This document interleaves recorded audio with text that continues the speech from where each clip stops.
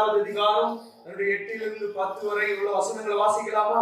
மாம்சத்துக்கு உட்பட்டவர்கள் தேவனுக்கு பிரியமா இருக்க மாட்டார்கள். தேவனுடைய ஆவி உங்களில் வாசமா இருந்தால் நீங்கள் மாம்சத்துக்கு உட்பட்டவர்களாய் இராமல் ஆவிக்கு உட்பட்டவர்களாய் இருப்பீர்கள். கிறிஸ்துவின் ஆவி இல்லாதவர் அவருடையவன் அல்ல. மேலும் கிறிஸ்து உங்களில் இல்லாதிருந்தால் சரீரமானது பாவத்தின் நிமித்தம் மரித்ததாயும் ஆவியானது நீதி நிமித்தம் ஜீவனுள்ளதாயும் இருக்கும். ஆமென். அல்லேலூயா.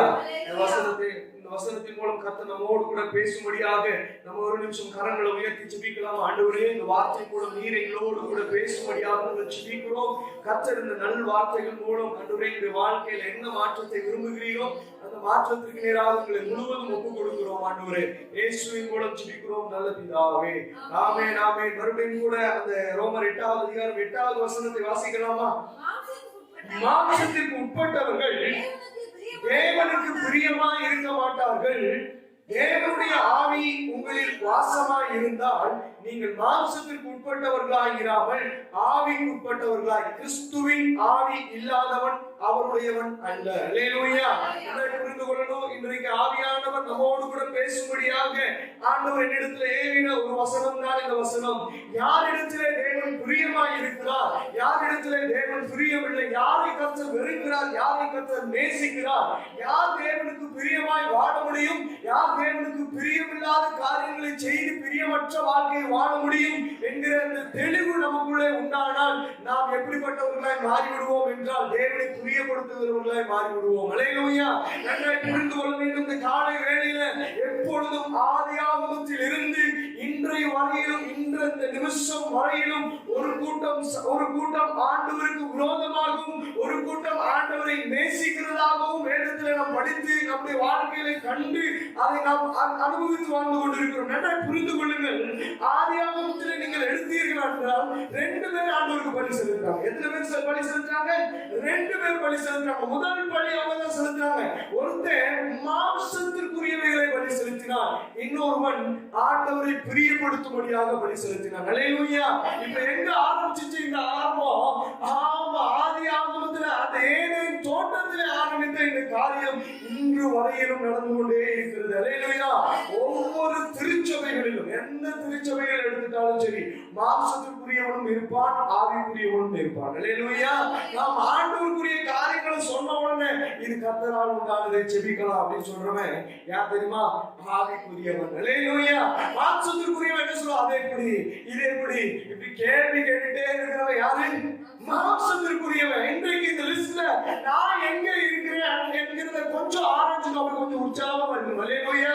தேவ சமூகம் இல்லையா? நம்ம ஏதோ சும்மா ஒரு டைம் பாஸ் பண்ற இடம், அதனால கொஞ்சம் உற்சாகம் ஆண்டுடைய சமூகத்துல நம்ம இந்த வசனம் என்னோடு கூட இடைப்படணும், இந்த வசனம் எனக்குள்ளே கிரியை செய்ய வேண்டும் என்கிற அந்த தாகத்தோடு இருப்போமாக கண்டிப்பா நிச்சயமாக சொல்றேன் நம்முடைய ஆவிக்குரிய வாழ்க்கையில ஒரு நன்மை உண்டாகும். அல்லேலூயா. அதனால புரிந்து கொள்ளணும். அந்த 8வது வசனம் சொல்கிறது மாம்சத்துக்கு உட்பட்டவர்கள் யாருக்கு பிரியமா இருக்க மாட்டாங்களா? நாமே தேவனுக்கு பிரியமா இருக்க மாட்டார்கள். ஆனா மாம்சத்துக்கு உட்பட்டவர்கள் யாருக்கு பிரியமா இருப்பார்கள் என்றால் உலகத்துக்கு பிரியமா இருப்பார்கள். அல்லேலூயா. எல்லாம் புரிஞ்சுக்கணும். உலகம் உங்களை நேசிக்கிறா, உலகம் உங்களை கொஞ்சம் அப்படியே கால் பண்ணுதா, உலகத்தோடு கொஞ்சம் உங்களால இசைந்து போக முடியுதா, உலகத்தோடு உங்களால நல்ல ஆண்டவரை விட்டுட்டு வாழ முடியுதா, நல்லா புரிஞ்சுக்கணும். நீங்க எங்க இருக்கிறீங்க அப்படின்னா மாம்சத்திற்கு உட்பட்டவர்களாக இருக்கிறீர்கள். அல்லேலூயா. அப்ப மாம்சத்திற்கு உட்பட்ட நான் ஒரு நாள் என்ன பண்ண முடியாது அப்படின்னா தேவனை பிரியப்படுத்த முடியாது. அல்லேலூயா. யாரை பிரியப்படுத்த முடியாது? தேவனை பிரியப்படுத்தவே முடியாதுங்க. ஏன்னா மாம்சம் தேவனுக்கு விரோதமான பகை. மாம்சம் யாருக்கு விரோதமான பகை? எனக்கு விரோதமான பகை இல்ல, தேவனுக்கு விரோதமான பகை. தேவனுக்கு விரோதமான பகை இந்த மாம்சம். நீங்க நல்ல பல நேரங்கள் யோசிச்சு பாருங்க. பல நேரம் கொஞ்ச நேரம் சிந்திக்கலாம், கொஞ்ச நேரம் ஆராதிக்கலாம், கொஞ்ச நேரம் ஆண்டவர் சமூகத்துல உட்காரலாம் அப்படின்னு சொன்னா இந்த மாம்சம் என்ன பண்ணாது அப்படின்னா உங்களை விடவே விடாது. அல்லேலூயா. விடவே விடாது. ஐயோ நான் சொல்லுவாங்க கொஞ்சம் பலவீனமா இருக்கு, அல்லேலூயா, கொஞ்சம் உனக்குதான் கொஞ்சம் டயர்டா இருக்கு, கொஞ்சம் நீ இவ்வளவு நேரம் வேலை பார்த்துட்டு என்ன ஆண்டவர் தான் மன்னிப்பாரு. அல்லேலூயா. ஆண்டவர் தான். இந்த மாம்சம் தேவனோட நெருங்கி சேரவே விடாது. மாம்சம் என்ன பண்ணாது? தேவனோட நெருங்கி சேரவே விடாது, சேரவே விடாது, சேரவே விடாது.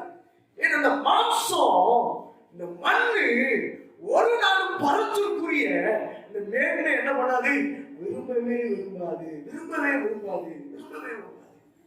பைபிள் எடுத்து தூக்கம் வருது அப்படின்னா நீங்க எங்க இருக்கிறீங்க? நீங்க எங்க இருக்கிறீங்க?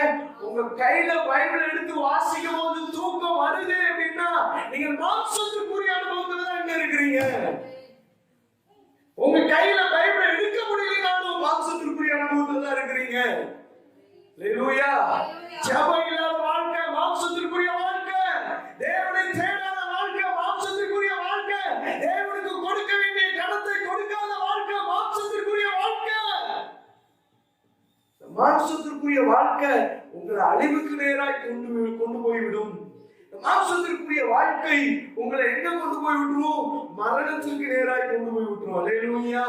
கடைசி காலத்துல ஆவியானவர் சபைகளுக்கு எச்சரிப்பாய் கொடுக்கிற வார்த்தை என்ன தெரியுமா? ஆவிக்குரியவன் ஆவிக்குரியவர்களோடு சம்பந்தப்படுத்தி காட்டுகிற அந்த அனுபவம் இந்த நாட்களிலே சபைகளுக்குள்ளே உண்டாகும்படி கர்த்தர் எச்சரிக்கிறார். ஹalleluya. நீங்கள் ஆவிக்குரியவர்களா அல்லது மாம்சத்திற்குரியவர்களா?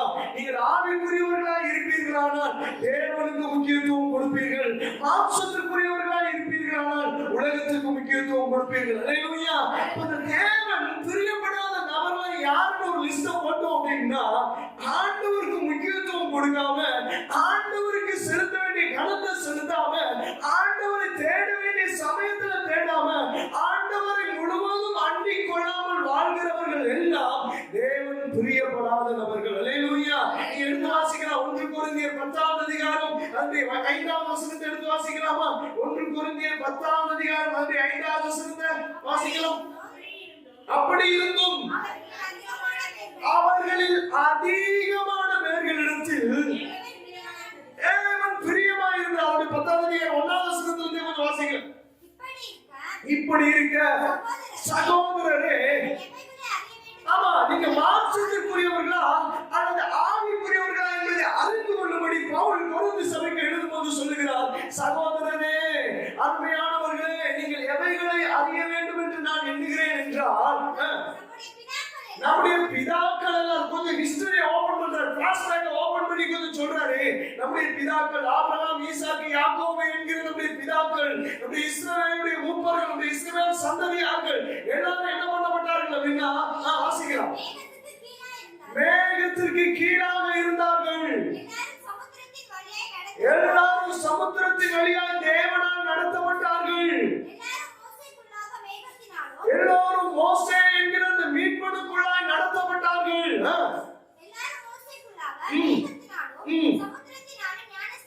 எல்லாம் தேவனை அறிந்தவங்க தான், எல்லாம் தேவனால் நடத்தப்பட்டவங்க தான், எல்லாம் தேவனோடு இருந்தவர்கள் தான். எல்லாரும் ஒரே ஞான போஜனத்தை, வானத்தின் மன்னா என்கிற அந்த உணவு, ஒரே போஜனத்தை தான் எல்லாரும் சாப்பிட்டாங்க. எல்லாரும் கண்மணியில் வந்த தண்ணீர் எல்லாம் எல்லாரும் குடிச்சாங்க. எப்படி எனில், ஆமென், அவர்களோடு கூட சென்ற ஞான கண்மலை தண்ணீரை குடித்தார்கள். அந்த கண்மலை கிறிஸ்துவே. அவங்க செஞ்சதெல்லாம் சரிதான், அவங்க வந்ததெல்லாம் எல்லாம் சபைக்கு போனவங்க தான், எல்லாம் ஞானஸ்நானம் எடுத்தவங்க தான், எல்லாம் கம்யூனியன் அட்டெண்ட் பண்ணவங்க தான், எல்லாம் தேவனுக்கு கடந்து செலுத்துகிற அந்த குரூப்ல இருந்தவங்க தான். ஆனாலும் வாசிக்கலாம், அப்படி இருந்தோம். நல்ல புரிஞ்சுக்கணும். அப்படி இருந்தோம். லட்சக்கணக்கான ஜனங்கள் எகிப்தை விட்டு கானானுக்கு தேவனால் அழைத்து கொண்டு வரப்படுகிறார்கள். லட்சக்கணக்கான ஜனங்கள் எகிப்தை விட்டு தேவனால் கானானுக்கு போகிற வழியில் மோசிக்கப்படுகிறார்கள். ஆனாலும் அப்படி இருந்தும் ஆமென், அவர்களில் அதிகமான பேர்களிடத்தில் ஹalleluya, அதிகமான பேர் யார் அப்படின்னா மாம்சத்துக்கு உட்பட்டவர்கள். ஹalleluya. இவ பாத்தீங்களா, வழியில ஃபுல்லா முறுமுறுத்துட்டே தான் வந்தான். வர்ற வழியில ஃபுல்லா அவன் ஆண்டவருக்கு விரோதமான காரியங்களை செய்து கொண்டே தான் வந்தான். ஆண்டவருக்கு விரோதமான காரியம் என்ன? இந்த மண்ணாவை புசிச்சுட்டாங்க, எவ்வளவு நாள் தான் புசிக்க முடியும்? இது எங்க பார்வைக்கு அற்பமா இருக்கிறது என்று சொல்லி முறுமுறுத்துட்டே வந்தான். ஏன்னா அவனுடைய வாய் இச்சிக்கிற வாயாய் மாறிடுது. பாத்தீங்களா, அவன் வர்ற வழியில எங்களுக்கு ஒண்ணுமே இல்லையே, நாங்க நான்வெஜ் சாப்பிடவே இல்லையே, இங்க நாங்க சாப்பிடுறதுக்காக இந்த இடத்துல எங்களை கூட்டிட்டு வந்தீங்க அப்படின்னு சொல்லிட்டு எகிப்த நினைக்கிறான். கொமட்டிக்காம வெள்ளரிக்காம அதை பத்தி தான் நினைச்சிட்டு இருக்காரு. கல்லறையை முதல் நினைச்சிருக்கான். ஹalleluya. மாம்சத்துக்குரிய மாம்சத்துக்குரியவன் சொல்லுங்க. மாம்சத்துக்குரியவன் சொல்லுங்க. கரெக்டா உயர்த்திய சொல்லுங்க. மாம்சத்துக்குரியவன் ஒண்ணு சாப்பாடு, இல்லைன்னா அந்த உலகம். ஆதாம் எப்பொழுது மாம்சத்துக்குரியவனாய் மாறினான் என்றால் தன் மனைவியினுடைய சொல்லை கேட்டு கீழ்ப்படியாமல் போனது நிமித்தம் அவன் மாம்சத்துக்குரியவனாய் மாறிவிட்டான். அல்லேலூயா. இவ்வளவு பெரிய மகிமையை அவன் இழந்தான் பார்த்தீங்களா? ஒரு சின்ன விஷயம், ஒரு சின்ன விஷயத்துல ஒரு பெரிய மகிமையை இழந்துட்டான். அதை புரிந்து கொள்ளணும். நீங்களும் நானும் மாம்சத்திற்குரியவர்களாய் இருப்பதை ஒரு நாளும் தேவன் விரும்பவே இல்லை. அல்லேலூயா.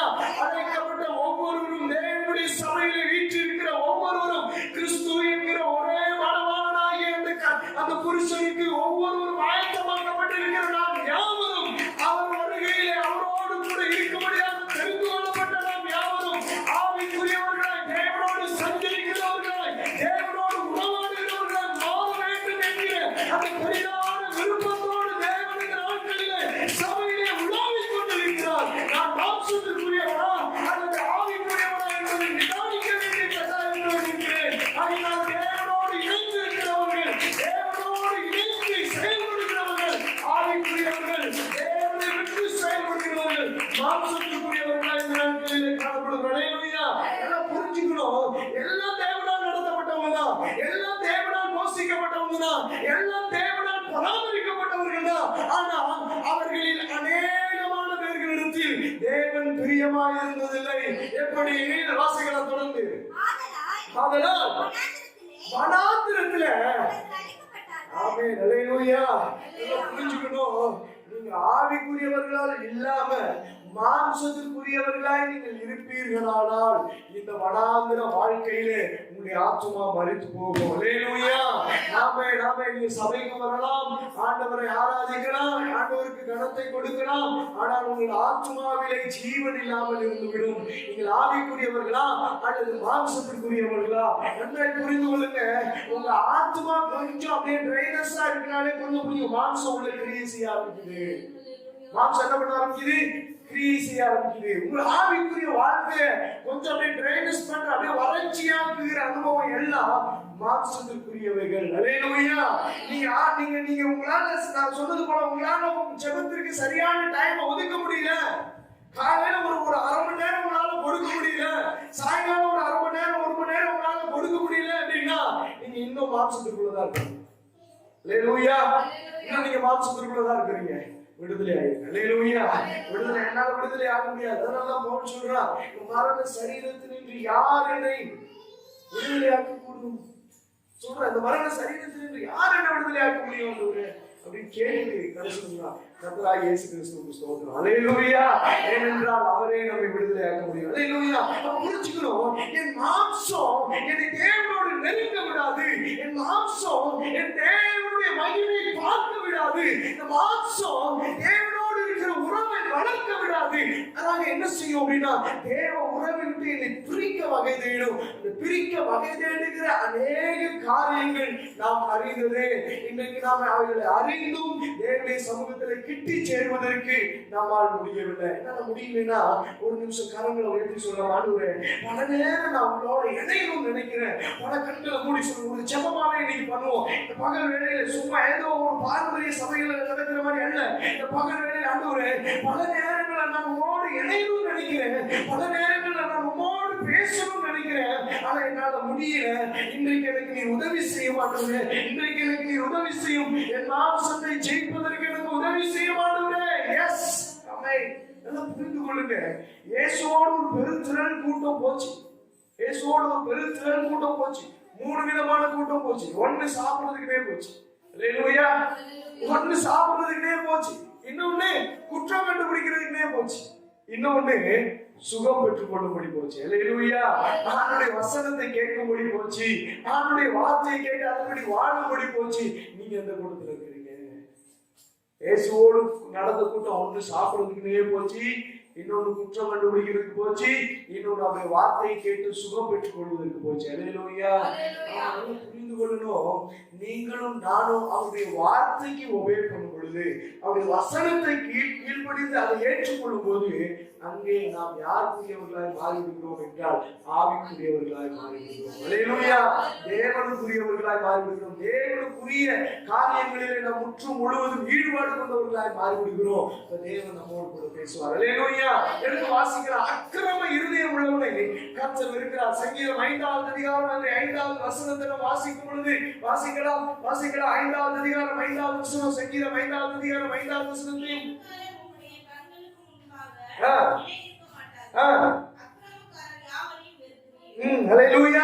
வீம்புக்காரருடைய கண்களுக்கு முன்பதாக என்ன பண்ண மாட்டாங்களா?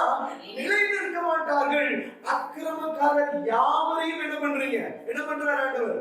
வெறுக்கிறார். அக்கிரமக்காரர் யாவரையும் கர்த்தர் வெறுக்கிறார். யாரை அக்கிரமக்காரர்? யார் அக்கிரமக்காரர்? யார் வீம்புக்காரர்? இந்த வசனம் யாருக்கு எழுதப்பட்டிருக்கு? யார் இன்றைக்கு யார் படித்துக் கொண்டிருக்கிறார்கள்? நாம தானே படிச்சுட்டு இருக்கிறோம். இந்த அக்கிரமக்காரர், இந்த வீம்புக்காரர் யாருக்கு இந்த வசனம் நமக்கு எழுதப்பட்டிருக்கு? யாருக்கு நேரம் சொல்லப்பட்டிருக்கு அப்படின்னா நமக்கு நேரம் தான் சொல்லப்பட்டிருக்கு. அல்லேலூயா. நமக்கு யார் அக்கிரமம் பண்றோம், யாரு வீம்பு பண்றோம் அப்படின்னா வசனத்துக்கு விரோதமா வீம்பு பண்ணி வாழ்கிறோம். இதெல்லாம் செய்யணும் இருக்கா? இதெல்லாம் வசனத்துல இப்படி இருக்கா? வசனம் எப்படிலாம் சொல்லப்பட்டிருக்கா? அல்லேலூயா. நாங்க இப்படி உலகத்துல தான் வாழ்றோம், அதனால நாங்க இப்படிதான் வாழ முடியும். இப்படி வீம்பு பண்ணுகிற அந்த யாவரும் கர்த்தருடைய சமூகத்துல என்ன பண்ண மாட்டாங்களா? நிற்க மாட்டார்கள். அல்லேலூயா. கர்த்தருடைய சமூகத்துல நீங்களும் நானும் நிற்கணும் அப்படின்னா வேதம் சொல்லுகிறது அவருக்கு பிரியமான மனுஷனாய் வாழும்போது நாம் அவருடைய சமூகத்திலே வாழ முடியும். அல்லேலூயா. புரிந்து கொள்ளணும். அப்ப இந்த அக்கிரம செய்கை கர்த்தர் அவருக்கு 7 காரியம் உண்டு. நீதிமொழிகள் இருக்கு. கர்த்தர் அவருக்கு 7 காரியம் உண்டு. நீதிமொழிகள் 6வது அதிகாரம் 16ல இருந்து வாசிக்கலாம். 6 காரியங்களை கர்த்தர் அருவருக்கிறார். 7 அவருக்கு அருவருப்பானது. அவையாவன ஒண்ணு. நல்லா கவுண்ட் பண்ணிக்கீங்க. இதெல்லாம் உங்களுக்குள்ள இருந்துச்சு அப்படின்னா கர்த்தர் உங்களை அருவருக்கிறார். நீங்க மாம்சத்திற்குரியவர்கள். இவைகள் இந்த ஒண்ணு கூட உள்ள இருந்துச்சுன்னா நீங்க மாம்சத்திற்குரியவர்கள். ஒண்ணு என்ன? மேட்டிமையான கண்ணு. நான் வாழ்ந்த இடத்தை பார்க்க மாட்டேன். நான் உயர்ந்தவன். நான் எப்பவுமே அதனாலதான் சங்கீதத்துல வாசிச்சோல்லையா, லீபனோனின் கேதுரு மரங்களை கர்த்தருடைய சத்தம் என்ன பண்ணுதான்? முறிக்குது. ஏன்னா மேட்டிமையான ஒரு இடம், உயர்ந்த ஒரு இடம். நான் தான் அப்படின்னு நினைக்கும் போது அங்க என்ன உண்டாகுது என்றால் மேட்டிமையான கண் உண்டாகிறது. அல்லேலூயா. ஒன்று இந்த மேட்டிமையான கண்ணுக்கு என்ன விலக்கி பாதுகாத்து கொடுங்க.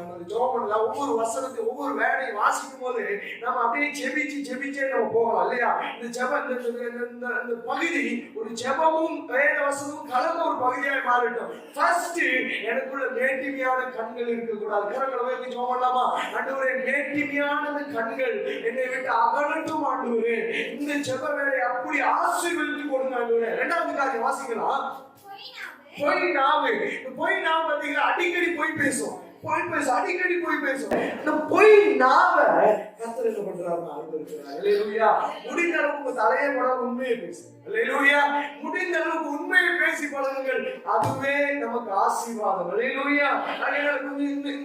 இந்த ஜெபத்துக்காக எந்த காரியத்துக்காக நம்ம ஜெபிக்கலாமா? ஆண்டவரே, நம் கரங்களை உயர்த்தி சொல்ல, ஆண்டவரே, பொய் நாவ என்னை விட்டு அகற்றி போடுங்க ஆண்டவரே. பொய் நாவ என்னை விட்டு அகற்றி போடுங்க ஆண்டவரே. 3வது காரியம் வாசிக்கலாம். குற்றமற்றவர்களுடைய ரத்தம் சிந்தும் கை.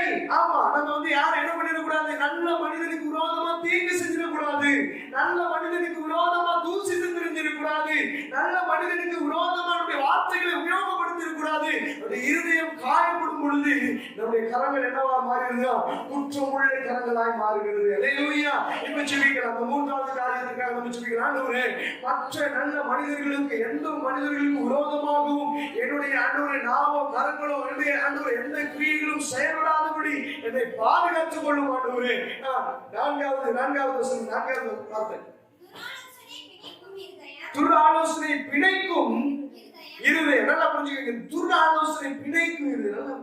ஒரு சின்ன வார்த்தை கிடைச்சா போதும், உடனே அதை எக்ஸ்டாப்ளிஷ் பண்ணி அதுக்கு அப்படியே ஒரு பெரிய அப்படியே பூவெல்லாம் ஜோடிச்சு அதெல்லாம் பயங்கரமா கிரியேட் பண்ணி அந்த மனுஷனுக்கு விரோதமா கொண்டு போய் பாருங்க. அல்லேலூயா. அந்த இருதயம் அடைஞ்சு போகும் பாத்தீங்களா? இந்த மாதிரி ஆட்களுடைய இருதயம் இன்னொரு ஆளை கண்டோட அப்படியே அடைஞ்சு போகும்.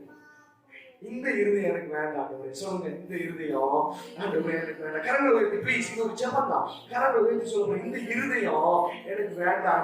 இந்த இருதயம் எனக்கு வேண்டாம். அஞ்சாவது வாசிக்கலாம். தீங்கு செய்வதற்கு விரைந்தோடும் கால்கள். அஞ்சாவது வார்த்தை பாருங்க. காரியத்துக்கு தேடுறதுக்கோ அல்லது வேற ஏதாவது காரியங்களுக்கோ ஓட மாட்டாங்க சில நபர்கள். ஆனா ஏதாவது ஒரு காரியம், ஏதாவது ஒரு தீமையான காரியம் அப்படின்னா உடனே எதையாவது யாரையாவது குறித்து பேசணும் அப்படின்னா உடனே ஓடும். யாரையா ஏதாவது அந்த காரியத்தை குறித்து நம்ம கேட்கணும் அப்படின்னா உடனே ஓடும். தீங்கு செய்வதற்கு விரைந்தோடும் கால்கள். இது எத்தனாவது? 5.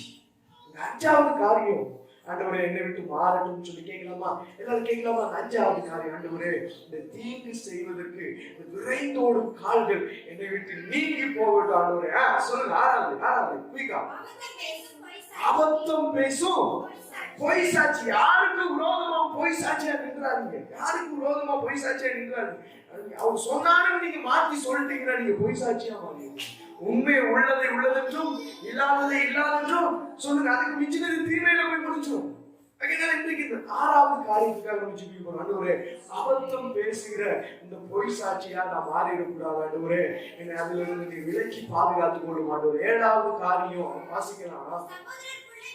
சகோதரருக்குள்ளே விரோதத்தை உண்டு பண்ணுகிற இந்த 7வது காரியம். நல்லா இருக்கிற, நல்லா மெயின்டைன் பண்ணிட்டு இருந்த அந்த உறவுக்குள்ளே விரோதத்தை உண்டு பண்ணுகிற இந்த 7வது காரியத்தை என்னை விட்டு நீ நீக்கி போட மாட்டவரே சொல்லி ஜெபிக்கலாமா? அந்த 7வது காரியம், சகோதரருக்குள்ளே விரோதத்தை உண்டு பண்ணுகிற இந்த 7வது காரியம் என்னை விட்டு நீக்கி போகட்டும் மாட்டவரே. அல்லேலூயா. இந்த 7 காரியங்களை நீங்க கொஞ்சம் கவனிச்சீங்க அப்படின்னா மாம்சத்தின் கிரியைகளுக்கு உட்பட்டது. 7 காரியத்துல 1 உங்ககிட்ட இருந்தாலும் நீங்க தேவனுக்கு பிரியமாய் வாழ முடியாது. புரிந்து கொள்ளுங்க, வசனம் சும்மா சொல்லல. நீங்க நல்லா கவனிக்கணும். 7 காரியங்களில ஒரு காரியம் உங்களிடத்துல இருந்தாலும் நீங்க மாம்சத்துக்கு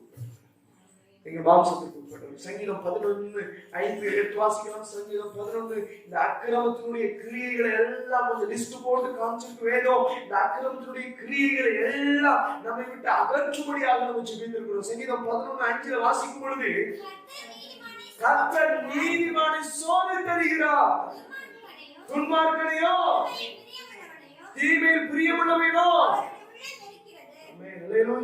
நம்ம வாழ்க்கை நீதிமானுக்கு ஏற்ற வாழ்க்கையா மாறும் பொழுது கர்த்தர் நம்மை சோதித்து அறிந்து பொன்னை போல உயர்த்துவார். மாறாக நம்முடைய வாழ்க்கை மாம்சத்திற்குரியவைகளாய் இருப்பேன். நம்மை கர்த்தர் அருவருக்கிற இடத்திலே வைத்து விடுவார். அல்லேலூயா. நீங்களும் நானும் கர்த்தர் நேசிக்கிற புத்திரர்களா மாறணும். அருவருக்கிற பிள்ளைகளாய் மாறி இருக்கிறார். பக்கத்துல இருக்கும் கையை பிடிச்சு சொல்லுங்க, நீங்களும் நானும் கர்த்தர் நேசிக்கிற பிள்ளைகளாய் மாறணும். நீங்களும் நானும் கர்த்தர் நேசிக்கிற பிள்ளைகளாய் மாறணும் அப்படின்னா நாம் மாம்சத்திற்குரியவர்களாய் மாறாமல் ஆவிக்குரியவர்களுக்கு ஏற்றவர்களை சிந்திப்போமானால் கர்த்தர் நம்மை நேசிப்பார். அல்லேலூயா. நல்லா புரிஞ்சுக்கணும். அப்ப ஆண்டவரை நேசிக்கணும், ஆண்டவர் என் மேல் பிரியமா இருக்கணும் அப்படின்னா நான் அவருக்கு பிரியமான காரியங்களை செய்ய வேண்டும். அல்லேலூயா. தொடர்ந்து வாசிச்சோம் அப்படின்னா பின்மாற்றம் உள்ளவனை கர்த்தர் அருவருக்கிறார், வெறுக்கிறார். எபிரேயர் 10:38 வாசிக்கும் போது வாசிக்கலாம். எபிரேயர் 10:38 வாசிக்கலாமா? விசுவாசத்தினாலே நீதிமான் பிழைப்பான், பின்வாங்கி போவானாகி அவன் மேல் என் ஆத்துமா பிரியமாயிராது. நல்லா கவனிங்க. விசுவாசத்துலதான் நீதிமான் பிழைப்பான். விசுவாசத்துலதான் தேவனுக்கு பிரியமா இருக்க முடியும். அப்ப அந்த விசுவாசத்தை விட்டு பின்வாங்கி போகிறவன் என் ஆத்துமா பிரியமா இராதென்று தேவன் சொல்லுகிறார். நிலையற்ற இருதயம், இதுவா அதுவா, இதுவா அதுவா, இது நடக்குமா அது நடக்குமான்னு ஒரு விதமான எண்ணங்களோடு அப்படியே ஒரு ஸ்டெடி மைண்ட் இல்லாம வாழ்வோமானால் கிறிஸ்துவ வாழ்க்கைக்குள்ளதாக ஒரு ஸ்டெடி மைண்ட் இல்லாம வாழ்ந்தோம் அப்படின்னா நான் பின்மாற்றம் உள்ள ஒரு அனுபவம் உள்ள மனிதனாய் மாறிவிடுகிறேன். அல்லேலூயா. நன்றை கவனிங்க. அப்ப ஆண்டவருக்கு விருப்பமுள்ள காரியம் எது? எனக்கு ஆண்டவர் சொல்லியும் செய்யாது இருப்பாரோ, ஆண்டவர் ஒரு விஷயத்தை சொல்லிட்டாருன்னா செஞ்சிருவாங்க. அந்த விஷயத்தை நம்பாம என் வாழ்க்கையை நான் தொடர்ந்து அப்படியே நடந்து போயிட்டு இருந்தேன் அப்படின்னா என் வாழ்க்கையில் ஆண்டவர் என்ன பண்ண மாட்டாரு? பிரியமா இருக்க மாட்டார். நம்பிக்கை இல்லாத மனுஷன் மாம்சத்துக்கு உட்பட்டவன். அல்லேலூயா. சொல்லுங்க, நம்பிக்கை இல்லாத மனுஷன். ஆமா, சத்தமாவே சொல்லுங்க, நம்பிக்கை இல்லாத மனுஷன் மாம்சத்துக்கு உட்பட்டவன். ஆனா நம்பிக்கையுள்ள மனுஷன் ஆவிக்கு உட்பட்டவன். அல்லேலூயா.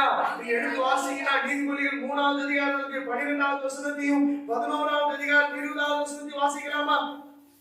நீதிமொழிகள் 3வது அதிகாரம் 12வது வசனமும் 11வது அதிகாரம் 20வது வசனத்தையும் வாசிக்கலாம். தகப்பன் தான் நேசிக்கிற புத்திரனை சிட்சிக்கிறது போல 11:20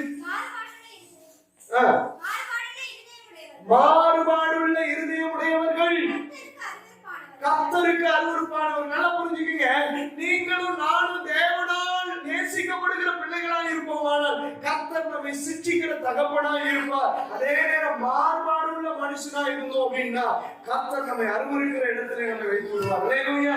அப்ப நீங்க எங்க இருக்கிறீங்க? கொஞ்சம் யோசிச்சு, நீங்களும் நானும் எங்க இருக்கிறோம்? கர்த்தர் நேசிக்கிற இடத்துல இருக்கிறோமா அல்லது வெறுக்கிற இடத்துல இருக்கிறோமா? மாம்சத்திற்குரியவர்களா இருக்கிறோமா அல்லது ஆவிக்குரியவர்களா இருக்கிறோமா? நம்முடைய வாழ்க்கை தொடர்ந்து போகிற வாழ்க்கை சரிதான், ஆனா தேவனை பிரியப்படுத்துகிற வாழ்க்கை நமக்குள்ள இருக்கிறதா? அல்லேலூயா. உலகம், நீங்க இன்னைக்கு பார்க்கிற உலகம் நாளைக்கு இருக்காது. இன்னைக்கு பார்க்கிற உலகம் நாளைக்கு இருக்காது. இன்னைக்கு பார்க்கிற மனுஷங்க நாளைக்கு இருக்க மாட்டாங்க. ஏன் நாமே கூட சொல்லலாம், இன்னைக்கு இருக்கிற நாம நாளைக்கு இருக்கிறதா சந்தேகம் தான். ஆனா ஒரு நம்பிக்கை இருக்கு, கர்த்தர் ஜீவனோடு வைப்பார். அல்லேலூயா. இந்த நம்பிக்கை இருக்கா இல்லையா? காலையில எழுந்து போனது நம்பிக்கை இருக்கா இல்லையா? அப்ப இந்த நம்பிக்கை நமக்குள்ள வளரணும் அப்படின்னா தேவனோடு கூட உறவாட வேண்டும். அல்லேலூயா. தேவனோடு கூட இணைந்திருக்க வேண்டும். தேவனோடு இணைந்திருக்கும் போது கர்த்தர் என்னை ஆவிக்குரிய மனிதனாய் அங்கீகரிக்கிறார். அல்லேலூயா.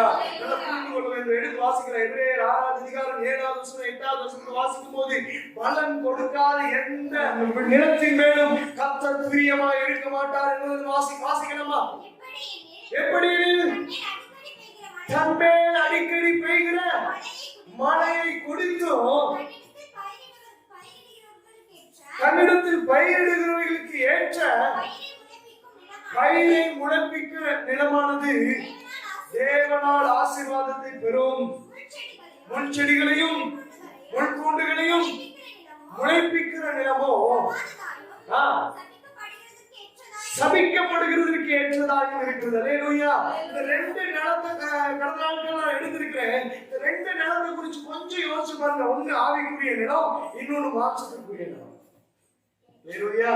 ஒரு எஜமான் ஒரு தோட்டத்தின் நடுவில ஒரு அத்தி மரத்தை வைத்திருந்தார். எஜமான் ஒரு தோட்டத்தின் நடுவில அத்தி மரத்தை வைத்திருந்தார். அத்தி மரத்தை 2 நாள் அவர் போய் சுத்தி பார்த்துக்கிட்டே இருக்கிறாரு. சுத்தி போய் பார்த்துக்கிட்டே இருக்கிறாரு. கொஞ்சமாவது கனி தருமா, இன்னைக்காவது பூ பூத்துருமா, இன்னைக்காவது கொஞ்சம் காய்ச்சுமா, இன்னைக்காவது இதுல இருந்து ஒரு பழத்தை பிடிச்சி சாப்பிடலாமா அப்படின்னு நினைச்சிட்டு இருக்கும்போது அந்த அத்தி மரம் கனியே கொடுக்காம பல வருஷங்களா நின்றுட்டே இருக்கு. அல்லேலூயா. பார்த்தாரு எஜமான், எங்க இந்த மரம் நிலத்தையும் எடுத்துட்டு இருக்கு, கனியையும் தர மாட்டேங்குது அப்படின்னு சொல்லி வேலைக்காரனை பார்த்து சொன்னாரு, என்ன அந்த மரத்தை வேரோட. அல்லேலூயா. கொஞ்சம் கவனமா இருக்கு, நமக்கு முடிய போறேன். அல்லேலூயா. புரிஞ்சுக்கணும், மாம்சத்துக்குரியவன் கனி கொடுக்கவே மாட்டான். மாம்சத்துக்குரியவன் என்ன பண்ண மாட்டான்? கனி கொடுக்கவே மாட்டான். நீங்க பாருங்களேன், மாம்சத்துக்குரிய உலகத்தை நேசிக்கிட்டே இருப்பான், உலகத்தை விடவே மாட்டான். நீ கிறிஸ்துவுக்காக ஒரு நாள் எழுந்து நிற்கும் போது நீ கிறிஸ்துவுக்காக என்ன இழந்தேன்னு கேட்டா ஒண்ணு கையை விரிச்சுட்டு இருப்பான். நீ என்ன இழந்த அப்படின்னா கையை விரிச்சுட்டு இருப்பான். ஒண்ணுமே தெரியாது, ஏன்னா இழக்கிறதுக்கு ஒண்ணுமே இல்லை. ஏன்னா உலகத்தை நேசிச்சோம்ல, அதனால எனக்கு எதையுமே இழக்கலன்ற ஒரு விஷயத்துக்குள்ள அவன் நின்றும். ஒரு நாள் இயேசு வருவார், கணக்கு கேட்பார், என் நிமித்தம் நீ என்ன இழந்த அப்படின்னு கேட்டா இன்னைக்கு நான் என்ன சொல்லுவேன்? எனக்கும் சேர்த்துதான் என்ன சொல்லுவேன்? அல்லேலூயா. என்ன சொல்ல, ஒரு சின்ன விஷயத்து கூட என்னால இழந்துக்க முடியலையே அப்படின்னு நான் நினைச்சு வருத்தப்படுகிற ஒரு நேரம் நமக்கு யாருக்கும் வந்துடக்கூடாது. அல்லேலூயா. மாம்சத்துக்குரியவன் தேவனுக்காக ஒரு சிறு துரும்பை கூட இழக்க மாட்டான்.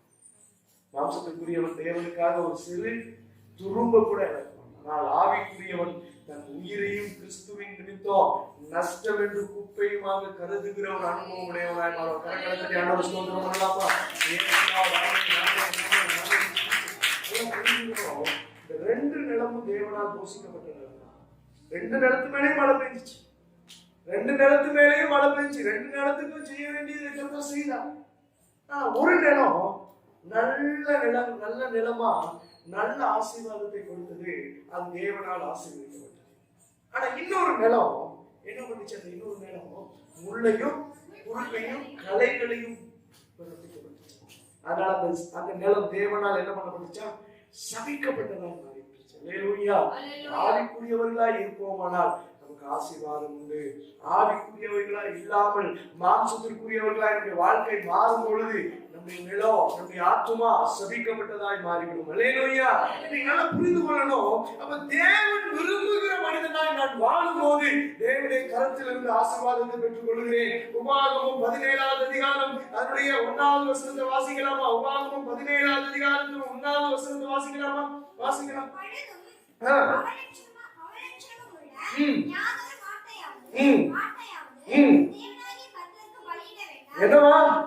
என்னவா வாசிக்கலாம்? தொடர்ந்து வாசிக்கலாம். அது உன் தேவனாகிய கர்த்தருக்கு அருவருப்பாய் இருக்கும். நல்ல கவனிங்க. பழுதும் அவலட்சணமோ யாதொரு மிருக ஜீவன்களை ஆகிலும் தேவனாகிய கர்த்தருக்கு பலி செலுத்த வேண்டாம், பலியிட வேண்டாம். புரிஞ்சுக்கணும். இதை நீங்க ஒரு ஆவிக்குரிய அர்த்தத்தோடு இன்னைக்கு நம்ம யாரும் பலி செலுத்தல. நம்ம யாராவது ஆடு மாடு வெட்டுறோம் கிடையாது, பலி செலுத்தல. ஆனா இது ஆவிக்குரிய அர்த்தம் என்ன தெரியுமா? உங்க ஆராதனை இப்படி இருந்திருக்கூடாது. உங்க ஆராதனை இப்படி ஆமா கரங்களை தட்டி முழு இருதயத்தோடு வேதம் சொல்லுது. சங்கீதம் 50வது சங்கீதத்தில் அப்படிதான் இருக்கு. 10 நரம்பு வீணையுள்ள கைத்தாளங்களோடு பேரோசையுள்ள கைத்தாளங்களோடு ஆண்டவரை துதிக்கணும். அப்படிதான் வேதம் சொல்லுகிறது. அப்ப முழு இருதயத்தோடு ஆண்டவரை ஆராதிக்கணும். வேதம் அப்படிதான் சொல்லுது. முழு இருதயத்தோடு மாத்திரமல்ல ஜீவ பலியாய் கர்த்தருடைய சமூகத்தில் நம்மை அர்ப்பணிக்கணும். வேதம் அப்படிதான் சொல்லுது. நாம் செலுத்த வேண்டிய பலியை சரியா செலுத்துறீங்க. ஆராதனை நேரத்துல உங்க இருதயம் வேற எங்கேயோ இருந்துச்சுன்னா நீங்க மாம்சத்துக்குரிய. அல்லேலூயா. ஆராதனை நேரத்துல உங்க இருதயம் வேற எங்கேயோ இருந்துச்சுன்னா நீங்க யாரு? மாம்சத்துக்குரியவர்கள். ஆராதனை தேவ சமூகத்துல முழு இருதயத்தோடு முழு மனதோடு நான் செலுத்தினேன் அப்படின்னா நான் ஆவிக்குரியவனாய் மாறிவிடுகிறேன். அல்லேலூயா. எலியாவுடைய காலத்துல ஒரு பெரிய பஞ்சம் உண்டாயிற்று, ஒரு பெரிய போராட்டம். ஜனங்கள் எல்லாம் மாம்சத்துக்கு உட்பட்டவர்களாக மாம்சத்துக்கு திருப்திப்படுத்துகிற காரியங்களில் ஈடுபடுத்திக் கொண்டு பாகால்களை வழிபட்டு வாழ்ந்த ஒரு காலம். எலியா ஒரு பெரிய அழைப்பை கொடுக்கிறார். என்ன அந்த அழைப்பு? 1 ராஜாக்கள் 18வது அதிகாரம் 30வது வசனத்தை வாசிக்கும் பொழுது வாசிக்கலாம். அப்பொழுது எலியா சகல ஜனங்களையும் நோக்கி என்கிட்டே வாருங்கள் என்றார். ஜனங்கள் எல்லாம் அவன் கிட்டே வந்தார்கள். அல்லேலூயா. இதனுடைய அர்த்தம் என்ன தெரியுமா? ஜனங்கள் தேவனை விட்டு தூரம் போயிருந்தார்கள். ஜனங்கள் தேவனை விட்டு அதிக தூரத்திலே, தேவனுடைய காரியங்களை விட்டு அதிக தூரத்திலே நின்றபடினால் ஜனங்களை நோக்கி தீர்க்கதரிசியாகிய எலியா, கர்த்தருடைய மனிதனாகிய எலியா ஒரு அறைகூவல் விடுகிறான். தூரத்தில் இருந்து தேவனோடு நெருங்கி இருக்க வேண்டிய ஜனங்கள் தூரத்தில் இருக்கிற உங்களை பார்த்து அந்த நாளிலே எலியா என்ற தீர்க்கதரிசி மூலமா சொன்ன அதே வார்த்தை இந்த நாளிலும் சபையிலே ஆண்டவர் அதே வார்த்தையை சொல்லுகிறார். என்னவென்றால் தூரத்தில் இருக்கிற உங்களை பார்த்து தேவனோடு நெருங்கி வாருங்கள், தேவனோடு நெருங்கி வாருங்கள் என்கிற ஒரு அழைப்பை கொடுத்த உடனே ஜனங்கள் நெருங்கி வந்தாங்க. காரணம் என்னன்னா ஜனங்கள் ஆயத்தத்தோடு பயத்தோடு இருந்தாங்க. என்னன்னா தாங்கள் வழிபட்ட பாகால்கள், தாங்கள் நம்பின செல்வங்கள், தாங்கள் நம்பின மனிதர்கள், தாங்கள் நம்பின சூழ்நிலைகள் கை கொடுக்கலையே. உண்மையான கர்த்தரை இழந்துட்டு நின்றாதீங்க. அல்லேலூயா. கர்த்தரை ஒரு நாளும் மறுதலிச்சிடாதீங்க. நீங்க மறுதலிக்கிறீங்க அப்படின்னா மாம்சத்துக்குரியவர்கள். நீங்க மறுதலிக்கிறீங்க அப்படின்னா மாம்சத்துக்குரியவர்கள். இன்றைக்கு ஒரு தீர்மானம் எடுத்துக்கொள்ளணும். நான் மாம்சத்துக்குரியவனா ஆவிக்குரியவனா? நான் மாம்சத்துக்குரியவனா ஆவிக்குரியவனா? என்னுடைய ஆத்ம தாகம் தேவன் மேல் இருக்கிறதா அல்லது இந்த உலகத்தின் மேல அப்படின்னு இச்சையின் மேல ஈர்ப்பு கொண்டு இருக்கிறதா? எஸ். எலியாவுக்கு முன்பதாக ஒரு சேலஞ்சிங்கான ஒரு லைஃப். கொஞ்சம் யோசிச்சு பாத்தீங்கன்னா பல லட்சக்கணக்கான ஜனங்கள் அவரை சுற்றி கூடி இருக்கலாம். பல லட்சக்கணக்கான ஜனங்கள் கூடி இருக்கலாம். 850 தீர்க்கதரிசிகள் கூடி இருக்கிறாங்க. ஒரு ராஜா அவனுக்கு விரோதமா நிற்கிறான். இப்படி ஒரு ராஜா பல ஜனங்கள் கூடியிருக்கிற அவர்கள் மத்தியிலே ஆவிக்குரியவனாக ஒரு தனி மனிதனாக தேவனோடு சஞ்சரிக்கிறவனாக நின்றான். அல்லேலூயா. ஆவிக்குரியவன் எப்பொழுதும் பயப்படாமல் இருப்பான். அல்லேலூயா. எத்தனை பேர் வந்தாலும் சரி, எவ்வளவு பிரச்சனைகள் வந்தாலும் சரி, எவ்வளவு போராட்டங்கள் வந்தாலும் சரி, பயப்படாம தைரியமா நிற்கிறீர்களா? கொஞ்சம் தட்டி கொடுத்து கொள்ளுங்க. கர்த்தர் உங்களோடு கூட இருக்கிறார். கர்த்தர் உங்களை நடத்துகிறார். கர்த்தர் உங்களை போஷிக்கிறார். ஏனென்றால் நீங்கள் ஆவிக்குரியவர்கள். நீங்கள் ஆவிக்குரியவர்கள். நீங்கள் ஆவிக்குரியவர்கள். ஆண்டவர் என் கூட இல்லைன்னா நான் ஆவிக்குரியவன் அல்ல. அல்லேலூயா. கிறிஸ்துவின் ஆவி உடையவன் அவருடையவன். அல்லேலூயா. இவ்வளவு கூட்டம் தனியா நிக்கிறான். வெளியே அவ்வளவு கூட்டம் தனி மனிதனா நிக்கிறான். ஒண்ணும் செய்யல. ஏற்கனவே பலிபீடம் இருக்கு. அந்த பலிபீடத்துல அவன் ஆராதனை செலுத்துறதுக்கு விரும்பல. ஏன்னா அது பாகாலுக்கு என்று கட்டப்பட்ட பலிபீடம். அதே இடத்துல அவன் சுற்றி திரிந்து பார்க்கிறான். இடிக்கப்பட்ட தகர்க்கப்பட்ட ஒரு பலிபீடத்தை பார்க்கிறான். அந்த பலிபீடத்தை அவன் செப்பனிடுகிறான். அல்லேலூயா. இது ஆவிக்குரிய அர்த்தத்தை நன்றாய் புரிந்து கொண்டீர்களானால் மாம்சத்துக்குரிய பலிபீடத்திலே என்ன பண்ண முடியாது? ஆராதனை செலுத்த முடியாது. தகர்க்கப்பட்ட ஆவிக்குரிய பலிபீடத்தை நீங்கள் சரி செய்து கொண்டு ஆவிக்குரிய பலியை அப்பொழுதுதான் செலுத்த முடியும் என்ற ஒரு பெரிய வெளிப்பாட்டை நடந்து கொடுக்கிறார். அல்லேலூயா. அந்த தகர்க்கப்பட்ட பலிபீடத்தை அவன் சரி செய்கிறான். ஆண்டவரிடத்தில் சொல்றான், நான் உடைய ஊழியக்காரன் என்றால் என்னுடைய ஜெபத்தை கேளும் ஆண்டவரே. நான் உம்மோடு உறவாடுகிறவன் என்றால் என்னுடைய ஜெபத்தை கேளும் ஆண்டவரே. நான் உமக்காக வாழுகிறவன் என்றால் என்னுடைய ஜெபத்தை கேளும் ஆண்டவரே என்று சொன்ன உடனே வானத்திலிருந்து என்ன வெளிப்படுச்சு? சொல்லுங்க. ஆவிக்குரியவன் ஜெபிச்சா. சொல்லுங்க. ஆவிக்குரிய சத்தமா சொல்லுங்க ப்ளீஸ். ஆவிக்குரியவன் ஜெபித்தா அற்புதம் நடக்குங்க. மாம்சத்துக்குரியவன் ஜெபித்தா ஒண்ணும் நடக்காது. சொல்லுங்க. ஒண்ணும் நடக்காது. சில நேரம் ஆவிக்குரியவன் ஜெபிக்கும் போது அற்புதம் நடக்காது. ஏன்னா அது கர்த்தரால் நியமிக்கப்படுகிறது. அல்லேலூயா. அவங்க கொஞ்ச நேரம் வெயிட் பண்ணுவாரு. அப்ப இது வேண்டாம்ப்பா, இது வேண்டாம்ப்பா, வேண்டாம். புரிஞ்சுக்கணும். நீங்களும் நானும் அழைக்கப்பட்டவர்களாக தெரிந்து கொள்ளப்பட்டவர்களாக இருக்கிறபடினால நானும் நீங்களும் திருப்திப்படுத்த வேண்டிய ஒரே ஒரு நபர் யார் என்றால் கர்த்தராகிய இயேசு கிறிஸ்து. அல்லேலூயா. அந்த ஆண்டவரை திருப்திப்படுத்தாம இந்த உலகத்தையும் என்னையும் மற்றவர்களையும் திருப்திப்படுத்தணும் அப்படின்னா நான் ஒரு நாளும் ஆவிக்குரியவனாய் இருக்க மாட்டேன்.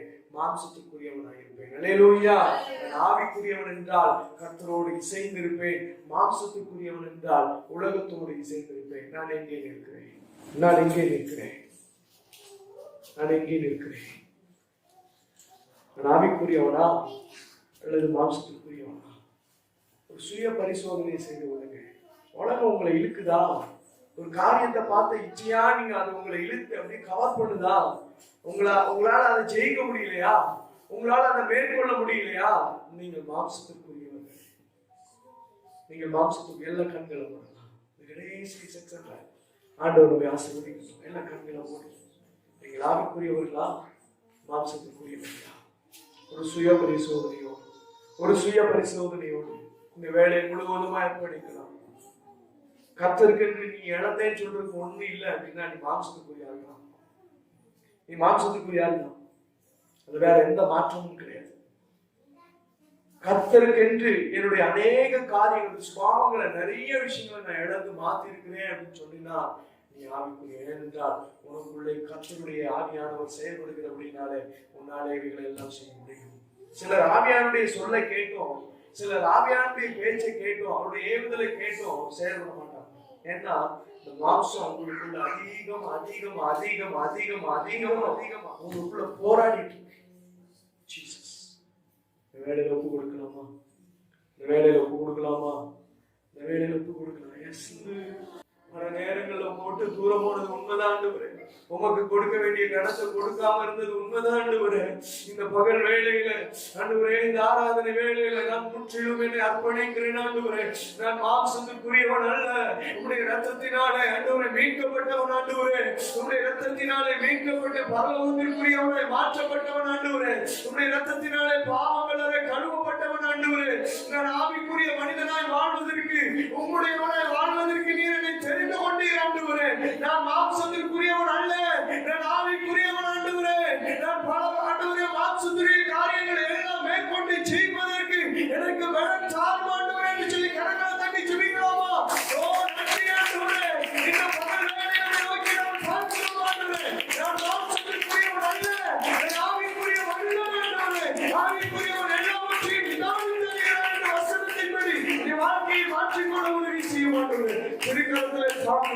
இயேசுவின் நாமத்தில் ஜெபிக்கிறோம் நல்ல பிதாவே.